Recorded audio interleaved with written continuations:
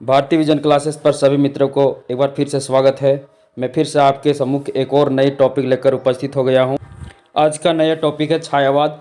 आज हम इस क्लास में छायावाद का संपूर्ण निचोड़ देखेंगे और छायावाद के एक एक तथ्य को हम देखेंगे। इस क्लास को पढ़ने के बाद आपको छायावाद से संबंधित जो भी समस्या होगा वह बिल्कुल दूर हो जाएगा, क्योंकि इस क्लास में छायावाद का संपूर्ण निचोड़ है। यानी इस क्लास में हम एक भी तथ्य को नहीं छोड़े हैं। मित्रों, वीडियो प्रारंभ करने से पहले आप भारतीय विजन क्लासेस को सब्सक्राइब कर देना।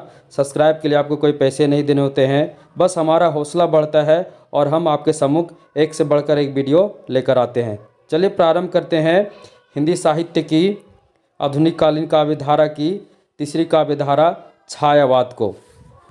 छायावाद आधुनिक कालीन काव्य की 1918 से 1936 ईस्वी तक की काव्यधारा को छायावाद कहते हैं। आधुनिक कालीन काव्यधारा की यानी 1918 से लेकर 1936 ईस्वी तक की जो काव्यधारा है, जो समय है, उसे क्या कहा गया है? छायावाद कहा गया है। मित्रों, सबको पता है कि आधुनिक काल जो था वो कई काव्यधाराओं में बटा हुआ था, जिसमें तीसरी काव्यधारा जो थी वह छायावाद थी, जिसकी समय सीमा कितना बताया गया है? 1918 ईस्वी से 1936 ईस्वी।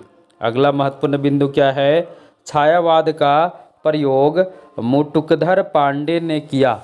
छायावाद का यानी छायावाद शब्द था, इसका सर्वप्रथम प्रयोग जो किए थे वे मुटुकधर पांडे ने किए थे। छायावाद के प्रवर्तक कौन हैं? तो छायावाद के प्रवर्तक जयशंकर प्रसाद हैं। कौन हैं? जयशंकर प्रसाद हैं। एक बार फिर से देख लेंगे सभी बिंदुओं को। आधुनिक कालीन काव्य की 1918 ईस्वी से लेकर 1936 ईस्वी तक की काव्यधारा को छायावाद कहते हैं। छायावाद शब्द का सर्वप्रथम प्रयोग किसने किया? तो मुटुकधर पांडे ने किया। और छायावाद के प्रवर्तक कौन हैं? तो छायावाद के प्रवर्तक जयशंकर प्रसाद हैं। कौन हैं? जयशंकर प्रसाद हैं। छायावाद की प्रथम कविता, तो छायावाद की प्रथम कविता है कुकरी के प्रति। कौन सा है? छायावाद की प्रथम कविता है कुकरी के प्रति, जो मुटुकधर पांडे द्वारा, किनके द्वारा? मुटुकधर पांडे के द्वारा लिखी गई है। छायावाद की प्रथम कविता कौन सा है? तो प्रथम कविता कुकरी के प्रति है, जो किसके द्वारा लिखी गई है? तो मुटुकधर पांडे के द्वारा लिखी गई है। और मुटुकधर पांडे क्या हैं? तो छायावाद शब्द के प्रथम प्रयोगकर्ता हैं। झरना जयशंकर प्रसाद की प्रथम छायावादी रचना है। इसको भी याद कर लेना। झरना जयशंकर प्रसाद की प्रथम छायावादी रचना है, जिसका रचना काल कितना है? 1918। छायावाद की प्रथम रचना भी कौन सा है? झरना है। और जयशंकर प्रसाद की भी प्रथम छायावादी रचना है। यानी कह सकते हैं कि झरना जो है वह जयशंकर प्रसाद की प्रथम छायावादी रचना है और छायावाद की भी प्रथम रचना है, जिसकी रचना काल कितना है? 1918। एक बार फिर से देख लेंगे। छायावाद की प्रथम कविता कुकरी के प्रति है, जो किनके द्वारा लिखी गई है? तो मुटुकधर पांडे के द्वारा। छायावाद की प्रथम रचना कौन सी है? तो झरना है। कौन सी है? झरना है। और झरना किनकी रचना है? जयशंकर प्रसाद की। रचना काल कितना है? तो 1918। आगे है छायावाद को रहस्यवाद भी कहा जाता है। छायावाद को रहस्यवाद भी कहा जाता है। मित्रों, हम इस क्लास में एक एक महत्वपूर्ण बिंदु छायावाद से लेकर आए हैं, इसलिए वीडियो को बढ़ाकर बिल्कुल नहीं देखिएगा। एक एक तथ्य को ध्यान से पढ़िएगा और सभी तथ्य से सवाल परीक्षा में आ चुके हैं। तो छायावाद को रहस्यवाद भी कहा जाता है। छायावादी रचनाओं को स्वच्छंदवादी रचना भी माना जाता है। यानी छायावादी रचनाओं को क्या माना जाता है, तो स्वच्छंदवादी रचना भी माना जाता है। छायावादी युग प्रधानतः मुक्तक गीतों का युग है। छायावादी युग प्रधानतः मुक्तक गीतों का युग है।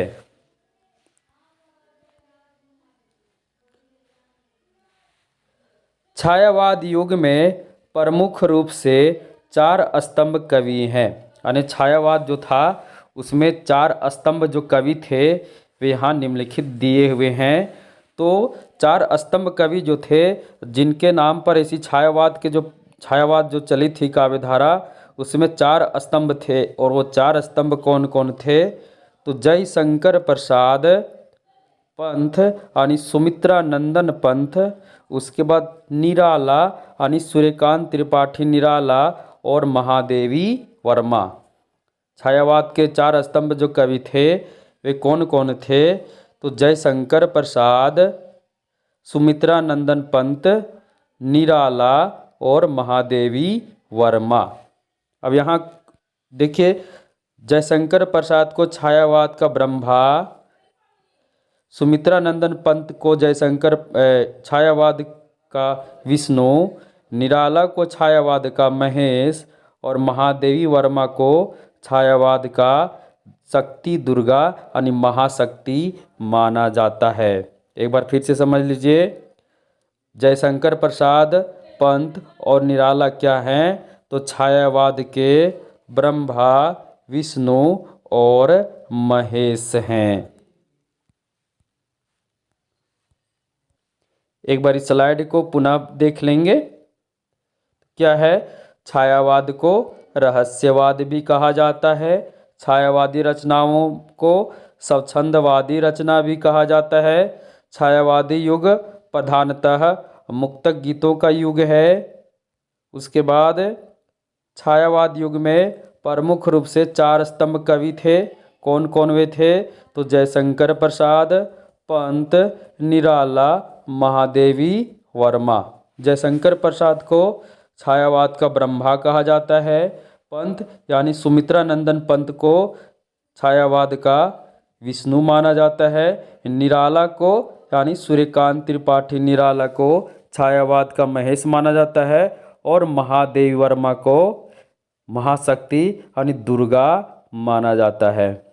ध्यान दीजिएगा मित्रों, छायावाद के 4 स्तंभ कवि में एकमात्र कवित्री भी थी, जो कौन थी, महादेवी वर्मा थी। आगे है, रामचंद्र शुक्ल ने छायावाद का संबंध अंग्रेजी के फेंटस मेटा से जोड़ा है। रामचंद्र शुक्ल ने छायावाद का संबंध अंग्रेजी के फेंटस मेटा से जोड़ा है। नंद दुलारे वाजपेयी ने छायावाद का संबंध युग बोध से जोड़ा है। नंद दुलारे वाजपेयी ने छायावाद का संबंध कहाँ से जोड़ा है, तो युग बोध से जोड़ा है। रामचंद्र शुक्ल फेंटस मेटा से जोड़ा है और नंद दुलारे वाजपेयी ने युग बोध से जोड़ा है। दोनों याद रख लेना, रामचंद्र शुक्ल किससे जोड़ा है, तो फेंटस मेटा से, और नंद दुलारे वाजपेयी ने किससे जोड़ा है छायावाद को, तो युग बोध से जोड़ा है।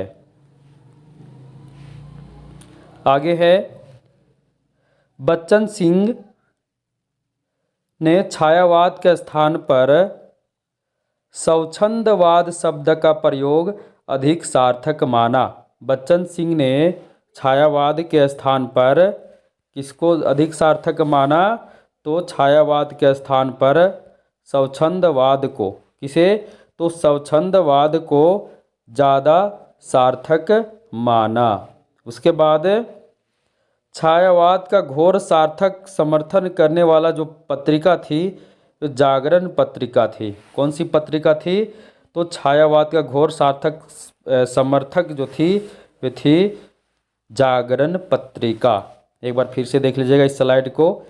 हम पूरा महत्वपूर्ण जितने भी बिंदु हैं छायावाद से जुड़े हुए, जिससे अभी तक परीक्षा में प्रश्न आ चुके हैं, सभी को हम लेकर आपके सम्मुख प्रस्तुत हैं। मित्रों, जैसा कि आपको पता है कि भारतीय विजन क्लासेस पर हिंदी साहित्य का संपूर्ण निचोड़ यहाँ निचोड़ शब्द लगा हुआ, संपूर्ण निचोड़ मतलब कुछ भी छूटेगा नहीं, यानी संपूर्ण निचोड़ सीरीज चल रही है। आज हम छायावाद टॉपिक को लेकर आए हैं और छायावाद को ऐसा पढ़ेंगे कि दोबारा पढ़ने की आवश्यकता नहीं पड़ेगी और छायावाद की सारी समस्या समाप्त हो जाएगी। एक बार फिर से इस स्लाइड को देख लेंगे तो रामचंद्र शुक्ल ने छायावाद का संबंध अंग्रेजी के फेंटस मेटा से जोड़ा। किससे जोड़ा? फेंटस मेटा से। और नंद दुलारे वाजपेयी ने युगबोध से जोड़ा। आगे है बच्चन सिंह छायावाद के स्थान पर स्वच्छंदवाद शब्द का प्रयोग अधिक क्या मानते हैं? सार्थक मानते हैं। एक और है छायावाद का घोर समर्थक कौन सी पत्रिका थी? तो जागरण पत्रिका थी।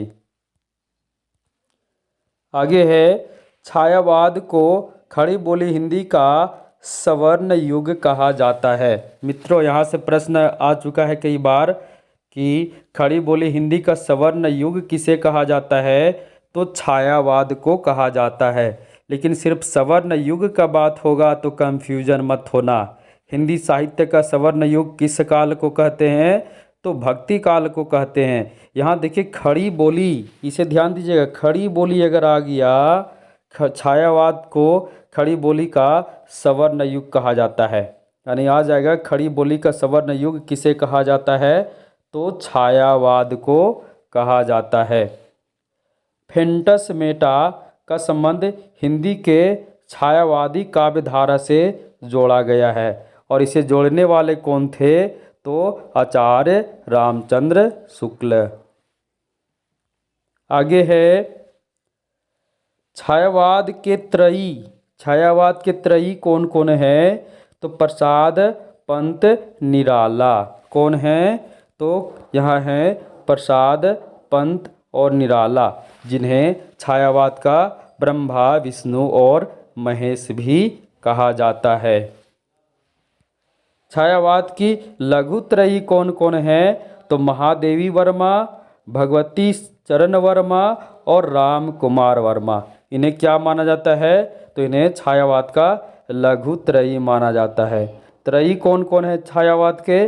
तो प्रसाद, पंत, निराला, जिन्हें क्या कहा जाता है? ब्रह्मा, विष्णु और महेश भी छायावाद का कहा जाता है। लेकिन छायावाद के लघु त्रयी में कौन कौन आते हैं? लघु त्रयी को वर्मा त्रयी भी कहा जाता है। तो कौन कौन है? महादेवी वर्मा, भगवती चरण वर्मा और राम कुमार वर्मा। एक बार इस स्लाइड को भी फिर से देख लेंगे। मित्रों, वीडियो लंबी ज़रूर होगी परंतु आपको सब कुछ समझ में आएगा, क्योंकि हम धीरे धीरे आपको एक एक पॉइंट को समझाकर पढ़ाने का कोशिश कर रहे हैं। एक बार फिर से देख लेते हैं। छायावाद को खड़ी बोली का क्या कहा जाता है? तो सवर्ण युग कहा जाता है। फेंटस मेटा का संबंध हिंदी के किस काव्यधारा से जोड़ा गया है? तो छायावादी काव्यधारा से जोड़ा गया है। उसके बाद है छायावाद के त्रयी कौन कौन है? तो प्रसाद, पंत और निराला हैं। छायावाद की लघु त्रयी कौन कौन है?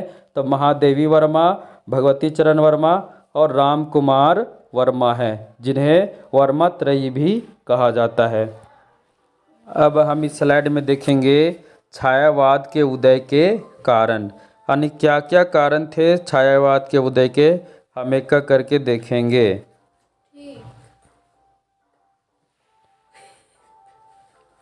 इतिवृत्तात्मकता और आदर्शवाद के विरोध में छायावाद का उदय हुआ।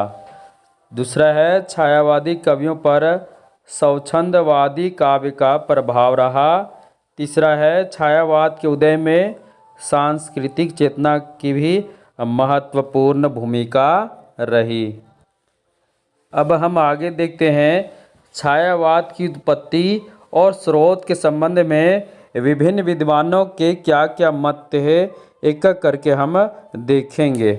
सबसे पहला देखते हैं छायावाद का प्रयोग दो अर्थों में समझना चाहिए। ये जहां आपको दिख गया ये किनका कथन है? तो आचार्य रामचंद्र शुक्ल का कथन है। छायावाद का प्रयोग दो अर्थों में समझना चाहिए। जहां देखिए अगर ये आ गया है तो ये किनका मत है? तो आचार्य रामचंद्र शुक्ल का मत है। उनके बाद है स्थूल के प्रति सूक्ष्म का विद्रोही छायावाद है। ये प्रश्न कई बार परीक्षा में आ चुका है कि स्थूल के प्रति सूक्ष्म का विद्रोही छायावाद है, ये किनका कथन है? तो डॉक्टर नगेंद्र का कथन है। अगला पॉइंट है, यह कविता न होकर कविता की छायावाद है। यह कविता न होकर कविता की छायावाद है। यह कथन किनका है? तो मुटुकधर पांडे का है। किनका है? मुटुकधर पांडे का है। अगला कथन है, छायावाद एक विशाल सांस्कृतिक चेतना का परिणाम था। यह कथन किनके द्वारा दिया गया था? तो डॉक्टर हजारी प्रसाद द्विवेदी के द्वारा दिया गया था। उसके बाद अगला है, छायावाद व्यक्तिवाद की कविता है। छायावाद व्यक्तिवाद की कविता है। यह किसने कहा? तो नामवर सिंह ने कहा। फिर है, छायावाद एक दार्शनिक अनुभूति है। यह किसने कहा? तो शांति प्रिय द्विवेदी ने कहा। उसके बाद है, बहुत ही महत्वपूर्ण कथन जो छायावाद के प्रति है, जो परीक्षा में कई बार आ चुका है, इसे पढ़िएगा। परमात्मा की छाया आत्मा पर तथा आत्मा की छाया परमात्मा पर पड़ने लगती है, तो यही क्या है? छायावाद है। यह कथन किनका है? डॉक्टर राम कुमार वर्मा का है। एक बार फिर से देख लिए, आत्मा की छाया परमात्मा की छाया आत्मा पर तथा आत्मा की छाया परमात्मा पर पड़ने लगती है, उसे क्या कहते हैं? छायावाद कहते हैं। एक बार पुनः सभी विद्वानों द्वारा जो मत दिए हैं छायावाद की उत्पत्ति के संबंध में, सभी को एक बार फिर से देख लेते हैं। आचार्य शुक्ल, छायावाद का प्रयोग दो अर्थों में समझना चाहिए। यह कथन किनका था? आचार्य शुक्ल का था। स्थूल के प्रति सूक्ष्म का विद्रोह ही छायावाद है। याद रखना, ये बहुत ही बार परीक्षा में आ चुका है। स्थूल के प्रति सूक्ष्म का विद्रोह ही छायावाद है। यह कथन डॉक्टर नगेंद्र का है। उसके बाद है, यह कविता न होकर कविता की छायावाद है। यह किसने कहा? तो मुटुकधर पांडे ने कहा। उनके बाद है, छायावाद एक विशाल सांस्कृतिक चेतना का परिणाम था। यह कथन किनके द्वारा दिया गया था छायावाद के बारे में? तो डॉक्टर हजारी प्रसाद द्विवेदी के द्वारा। आगे है, छायावाद व्यक्तिवाद की कविता है। यह कथन किनका है?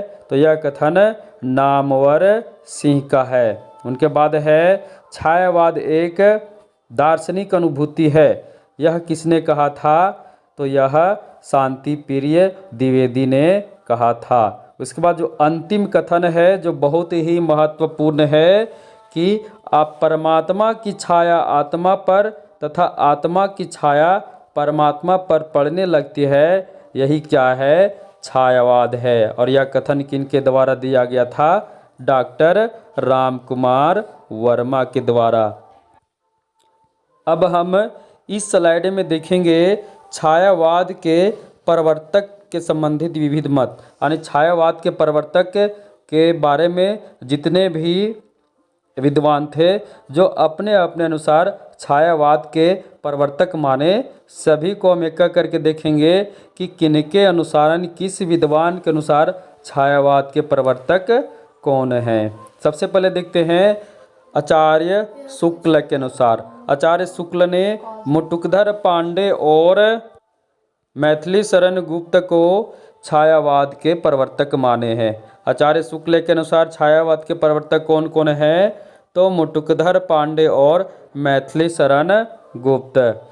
अब देखिए, इलाचंद्र जोशी, राय कृष्ण दास और सुमित्रा नंदन पंत, इनके अनुसार छायावाद के प्रवर्तक कौन हैं? तो जयशंकर प्रसाद हैं। अब आगे देखिए, अज्ञेय के अनुसार छायावाद के प्रवर्तक कौन हैं? तो अज्ञेय के अनुसार छायावाद के प्रवर्तक निराला हैं। सर्वसम्मत देखा जाए तो सर्वसम्मत छायावाद के प्रवर्तक कौन है? तो सर्वसम्मत द्वारा छायावाद के प्रवर्तक किन्हें माना गया है? तो जयशंकर प्रसाद को माना गया है। परीक्षा में अगर प्रश्न आ जाएगा कि छायावाद के प्रवर्तक कौन है, तो आपका आंसर होगा जयशंकर प्रसाद। अगर किन्हीं विद्वान के अनुसार अगर पूछा जाएगा, पर्सनली अगर पूछा जाएगा, तो उनके अनुसार भी याद कर लेना कि शुक्ल ने किन्हें माने हैं, तो मुटुकधर पांडे और मैथिली शरण गुप्त को, वहीं इलाचंद्र जोशी, राय कृष्ण दास और सुमित्रा नंदन पंत, ये तीनों किनको माने हैं छायावाद के प्रवर्तक, तो जयशंकर प्रसाद को ही माने हैं। अज्ञेय किनको माने हैं, निराला को माने हैं, और सर्वसम्मत द्वारा भी किन्हें माना गया है, तो जयशंकर प्रसाद को ही माना गया है। यानी छायावाद के प्रवर्तक कौन हैं, तो जयशंकर प्रसाद हैं। अब हम आगे देखते हैं छायावाद की विशेषताएं। क्या देखते हैं, छायावाद की विशेषताएं। पहली विशेषता क्या है, वैयक्तिकता। क्या है, वैयक्तिकता। छायावाद व्यक्ति प्रधान भावधारा की काव्यधारा थी। छायावाद व्यक्ति प्रधान भावधारा की काव्यधारा थी। छायावादी रचनाएं आत्मकथात्मक शैली में लिखी गई। छायावादी रचनाएं आत्मकथात्मक शैली में लिखी गई। छायावाद की अगली विशेषता है नारी की महत्वता। छायावादी कवियों ने नारी को देवी, माँ, सहचरी, प्राण इत्यादि रूपों में प्रतिष्ठित किया। यानी रीतिकाल में ऐसा था, जिस रीतिकाल में नारी को भोग और विलास की वस्तु समझा जाता था, परंतु जैसे आधुनिक काल आया तो नारी के प्रति जो दृष्टिकोण था उसमें परिवर्तन आया, और छायावाद में नारी को देवी, माँ, सहचरी और प्राण इत्यादि रूपों में प्रतिष्ठित किया गया, यानी नारी को महान बताया गया।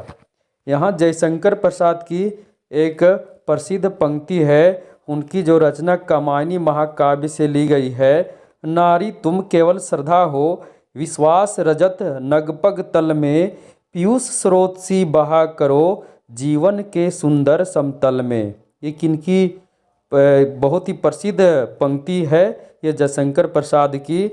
इन्होंने नारी की महत्वता को इस पंक्ति में बताए हैं। आगे है, छायावाद में स्वच्छंदता का भाव था, जिज्ञासा का भाव था, वेदना और अभिव्यक्ति की भाव था, रहस्यवाद का भाव था, राष्ट्रीयता का भाव था, और काव्य में मुक्त छंद और मानवीय अलंकार की प्रधानता रही। एक बार फिर से देख लेंगे। सबसे पहले वैयक्तिकता की प्रधानता रही, उसके बाद नारी को महत्व दिया गया, उसके बाद छायावादी काव्य में स्वच्छंदता का भाव था, फिर जिज्ञासा का भी भाव था, वेदना और अभिव्यक्ति की भाव थी, रहस्यात्मकता का भाव था, राष्ट्रीयता का भाव था, और छायावादी काव्य में मुक्त छंद और मानवीकरण अलंकार का प्रयोग किया गया था। यानी छायावादी रचनाओं में जो कह सकते कि कला पक्ष में अगर जाएंगे तो कला पक्ष में छंद में मुक्त छंद और अलंकार में मानवीकरण अलंकार की प्रधानता बहुत अधिक रही। अब हम इस स्लाइड में छायावाद के प्रमुख कवि और उनकी रचनाओं को देखेंगे। सबसे पहले चलेंगे जयशंकर प्रसाद को पढ़ेंगे। जयशंकर प्रसाद का जन्म 1889 ईस्वी में हुआ था। इनका जन्म स्थान छूट गया है। मृत्यु इनका 1937 ईस्वी वाराणसी उत्तर प्रदेश में हुआ था। जयशंकर प्रसाद के माता और पिता कौन थे? तो माता मुन्नी देवी थी और पिता देवी प्रसाद थे। यहाँ से आप जयशंकर प्रसाद का जन्म दिवस सिर्फ याद रखना 1889, क्योंकि मित्रों परीक्षा जब नेट के परीक्षा में आप बैठते हैं तो जन्म काल के अनुसार छायावादी कवियों को सुमेलित करें, तो वहाँ पर आपको उनका जन्म याद रखना है। तो जयशंकर प्रसाद का जन्म 1889 ईस्वी में हुआ था। जयशंकर प्रसाद छायावाद के प्रवर्तक थे। जयशंकर प्रसाद छायावाद के प्रवर्तक थे। जयशंकर को झारखंडी और कलाधर उपनाम से भी जाना जाता है। झारखंडी से कई बार परीक्षा में प्रश्न आ चुका है कि झारखंडी किस कवि का उपनाम है, यानी ऐसे भी पूछ सकता है कि किस कवि को झारखंडी नाम से भी जाना जाता है, तो जयशंकर प्रसाद को, और कलाधर भी उन्हीं का नाम है। जयशंकर प्रसाद आनंद दर्शन से प्रभावित थे, यानी छायावाद के जितने भी प्रमुख 4 स्तंभ कवि थे सभी किसी न किसी दर्शन से प्रभावित रहे, तो जयशंकर प्रसाद आनंदवाद दर्शन से प्रभावित रहे। जयशंकर प्रसाद की पहली कविता कौन सा है, तो सावन पंचक है, जो भारतेंदु पत्रिका में प्रकाशित हुई थी।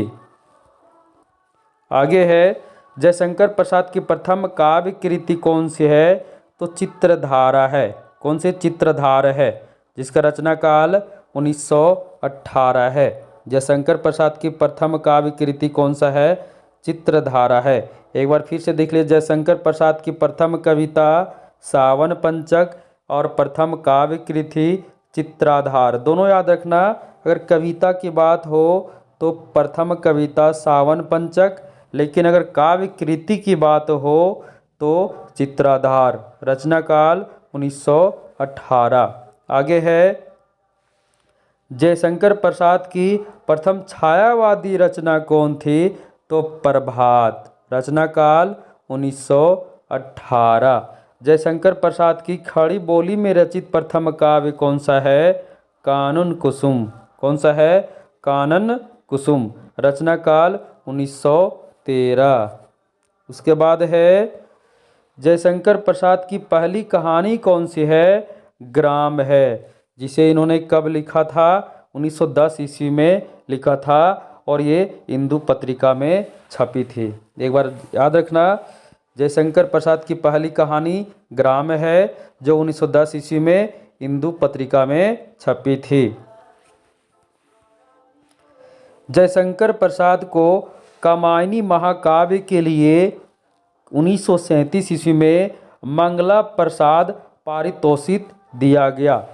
जयशंकर प्रसाद को कामायनी महाकाव्य के लिए 1937 में मंगला प्रसाद पारितोषिक दिया गया। किनको? तो जयशंकर प्रसाद को।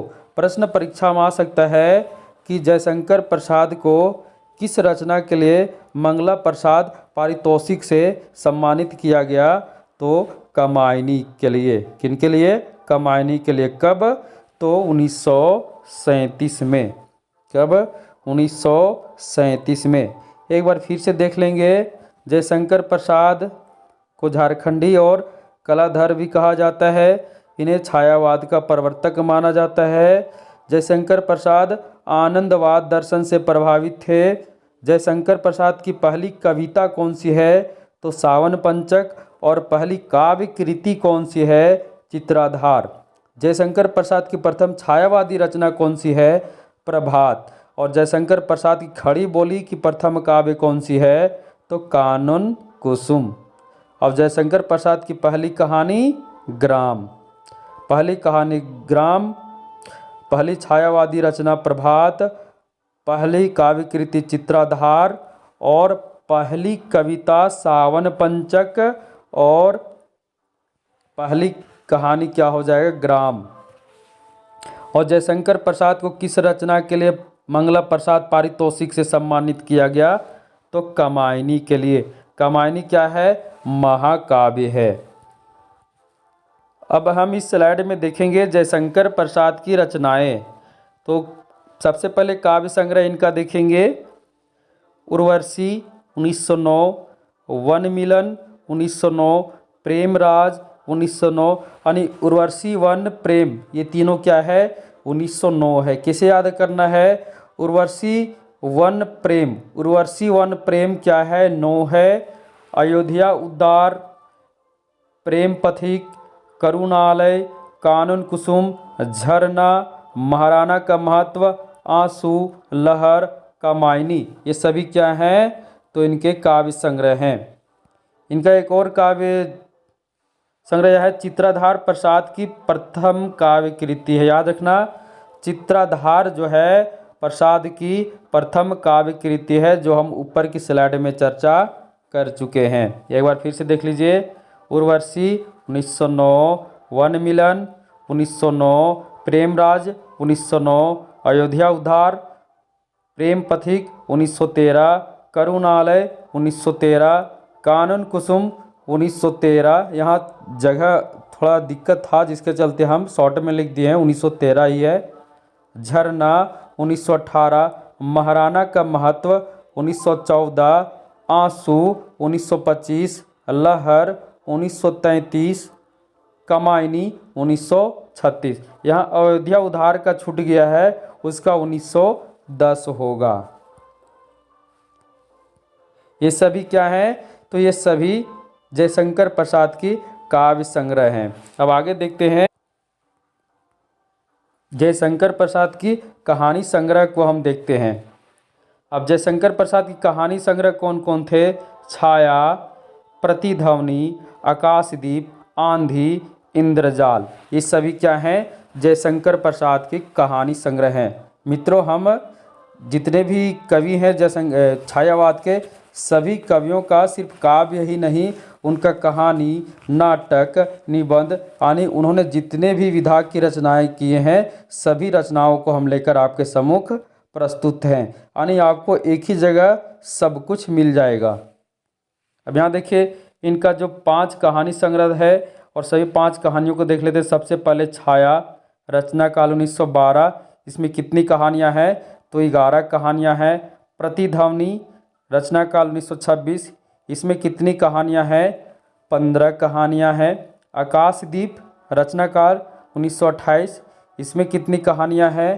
तो 19 कहानियाँ हैं। आंधी, रचना काल 31 यानी 1931, इसमें कितनी कहानियाँ हैं? तो 11 कहानियाँ हैं। इंद्रजाल, रचना काल 1936, इसमें कितनी कहानियाँ हैं? तो 14 कहानियाँ हैं। अभी स्लाइड में देखते हैं इनके जो उपन्यास हैं। कंकाल 1929, तितली 1934, इरावती 1940। यह इनका अधूरा उपन्यास है। यहाँ से प्रश्न आता है कि जयशंकर प्रसाद का कौन सा उपन्यास अधूरा है? तो इरावती है जो अधूरा है। अब इनका निबंध एक है काव्य कला, और अन्य निबंध भी बहुत सारे लिखे हैं, जिसका रचना काल कितना है? 1939। एक बार फिर से देख लीजिए उपन्यास इनके कौन कौन हैं। तो कंकाल 29, तितली 34, इरावती 40, जो इनका क्या है? अधूरा उपन्यास है। अब हम इस स्लाइड में देखेंगे जयशंकर प्रसाद की नाट्य रचना यानी नाटक को देखेंगे। तो यहाँ प्रमुख नाटक को लेकर आए हैं जो परीक्षा में आते हैं। तो इनका पहला नाटक जो है प्रायश्चित है, रचना काल 1913। राजश्री, रचना काल 1914। विशाख, रचना काल 1921। अजातशत्रु, रचना काल 1922। जन्मेजय का नागयज्ञ, जन्मेजय का नागयज्ञ, इसका रचना काल कितना है? 1926। उसके बाद है कामना, क्या है? कामना, जिसका रचना काल कितना है? 1927। अब यहाँ देखिए इनका प्रसिद्ध नाटक स्कंदगुप्त, जिसका रचना काल क्या है? 1928, जो नेट के सिलेबस में भी लगा हुआ है। उसके बाद इनका एक और नाटक है एक घूंट, जिसका रचना काल कितना है? 1929। उसके बाद चंद्रगुप्त, ये भी क्या है? तो नेट के सिलेबस में लगा हुआ है, इसका रचना काल 1931। इसके बाद है धूर्मस्वामिनी, ध्रुवस्वामिनी, जिसका रचना काल कितना है? 1933। ध्रुवस्वामिनी की रचना काल कितनी है? 1933। इसमें से जन्मेजय का नागयज्ञ, स्कंदगुप्त, चंद्रगुप्त, ध्रुवस्वामिनी, इससे परीक्षा में प्रश्न आते हैं। अब यहाँ देखिए जयशंकर प्रसाद ऐतिहासिक नाटककार माने जाते हैं। जयशंकर प्रसाद ऐतिहासिक नाटककार माने जाते हैं। एक बार फिर से इनकी रचनाओं को देख लेते हैं। जो नाट्य रचनाएं हैं, प्रायश्चित, राजश्री, विशाख, अजातशत्रु, जन्मेजय का नाग यज्ञ, उसके बाद है कामना, स्कंदगुप्त, एक घूंट, चंद्रगुप्त, ध्रुव स्वामिनी। अब क्या है, जयशंकर प्रसाद ऐतिहासिक नाटककार माने जाते हैं। अब आगे देखते हैं, इनका जो कामायनी महाकाव्य है बहुत ही प्रसिद्ध है और इससे परीक्षा में प्रश्न आ चुके हैं। तो कामायनी महाकाव्य, ऐसी हम कामायनी महाकाव्य पर एक वीडियो महत्वपूर्ण क्लास बनाएंगे, एक वीडियो क्लास बनाएंगे जो बहुत जल्द आपके सामने प्रस्तुत भी हो जाएगा। अभी हम जो महत्वपूर्ण तथ्य हैं कामायनी से, सभी को आपके सम्मुख लेकर प्रस्तुत हैं। तो पहला है कामायनी की रचना काल। तो कामायनी की रचना काल कितना है, तो 1936 ईस्वी है। कामायनी में कुल कितने सर्ग हैं, तो 15 सर्ग हैं। कामायनी का प्रथम सर्ग चिंता है और अंतिम सर्ग आनंद है, यानी चिंता से प्रारंभ होकर आनंद तक जाकर कामायनी महाकाव्य समाप्त होती है। अब यहाँ से देखिए प्रश्न आते हैं, तो कामायनी में मनु किसका प्रतीक है, तो मनु मन का प्रतीक है। श्रद्धा किसकी प्रतीक है, तो श्रद्धा हृदय की प्रतीक है। ईड़ा किसकी प्रतीक है, तो ईड़ा जो है बुद्धि की प्रतीक है। और कुमार जो है वो मानव का प्रतीक है। और ये कुमार जो है मनु और श्रद्धा का पुत्र है। क्या है, मनु और श्रद्धा का पुत्र है। यहाँ से परीक्षा में प्रश्न आते हैं मित्रों कि मनु किसका प्रतीक है, तो मन का प्रतीक है। श्रद्धा किसका प्रतीक है, तो हृदय की प्रतीक है। बुद्धि किसकी प्रतीक है, ईड़ा किसकी प्रतीक है, तो बुद्धि की प्रतीक है। और कुमार किसका प्रतीक है, मानव का प्रतीक है। इसे एक बार याद रखना, ये परीक्षा में यहाँ प्रश्न आते हैं इसलिए इसे हम बार बार रिपीट कर रहे हैं। मनु मन का प्रतीक, श्रद्धा हृदय की प्रतीक, ईड़ा बुद्धि की प्रतीक और कुमार मानव का प्रतीक। अब यहाँ देखिए कामायनी में कितने सर्ग, 15 सर्ग। रचना काल 1936। कामायनी का प्रथम सर्ग चिंता और अंतिम सर्ग आनंद। मित्रों वीडियो थोड़ा लंबी हो रही थी, पार्ट 2, इसका पार्ट 2 भी हम लेकर बहुत जल्द प्रस्तुत हो जाएंगे। बहुत जल्द नहीं, कल ही हम पार्ट 2 डालेंगे मित्रों। तब तक के लिए धन्यवाद। वीडियो आपको अच्छा लगा होगा तो वीडियो को लाइक कर देना, हो सके जितना शेयर कर देना। धन्यवाद।